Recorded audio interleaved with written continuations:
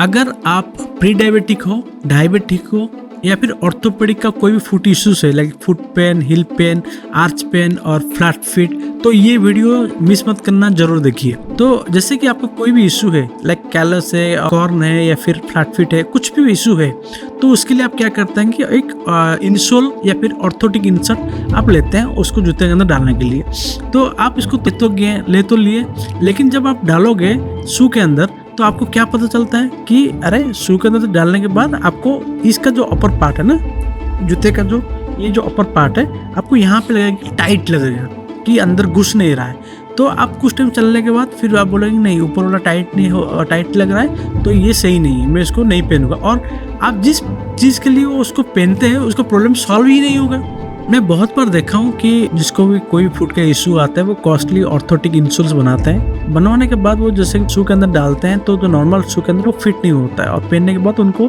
तकलीफ होता है, ऊपर से दबाव हुआ है, साइड से दबाव हुआ है, उसको ऐसा फील होता है। तो कुछ दिन के बाद वो पहनते नहीं है और उसकी वजह से क्या होता है कि ब्लिस्टर और पेन बढ़ जाता है, उसकी वजह से उनको डिस्कम्फर्ट लगता है, वो पहनते नहीं है। यहाँ पे बात आता है कि तो फिर क्या करना चाहिए। तो यहाँ पे क्या होता है ना, डेप्थ मैटर्स। जैसे कि एक शू है बायोस्टेप, तो इसमें क्या है कि डेप्थ होता है। डेप्थ मतलब के अंदर ना जगह होना चाहिए ताकि फ्रंट जो फुट का जो नेचुरल मूवमेंट है, नेचुरल पोजीशन है, वो मेंटेन होकर रहे।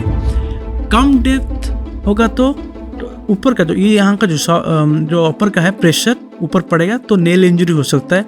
डेप्थ ज़्यादा होने से आपको कंफर्ट मिलेगा और स्टेबिलिटी मिलता है। तो आपको देखिए ये जो शू है इसमें हम लोग नियरली 3 टाइप का सोल डाल सकते हैं। तो ये क्या करते हैं, अगर वो उनको लगेगा कि टाइट है तो एक सोल निकाल के वो यूज़ कर सकते हैं और अगर उनको कंफर्ट के हिसाब से वो इंटरचेंज कर सकते हैं सोल को। सोल्यूशन क्या है कि इसको कैसे चेक करेंगे। मेन चीज़ जो होता है कि आप जब भी कोई भी इशू है, आपको प्री डायबिटिक हो, आपको डायबिटिक का कंडीशन हो या फिर कोई भी ऑर्थोटिक इशू है, तो पहला चीज़ है कि आपको ना हमेशा एक्स्ट्रा डेप्थ शू ही लेना है। एक्स्ट्रा डेप्थ लेने के टाइम में आप कोई भी इंसोल डालिए, कोई कुछ भी डालेंगे, वो उसके अंदर उतना डेप्थ रहता है ताकि वो आपका फुट को और आपको फुट शेप को एडजस्ट कर लेता है। ठीक है, तो मैंने आपको बोला था कि मैं आपको बताऊंगा कि आपको कैसे पता चलेगा।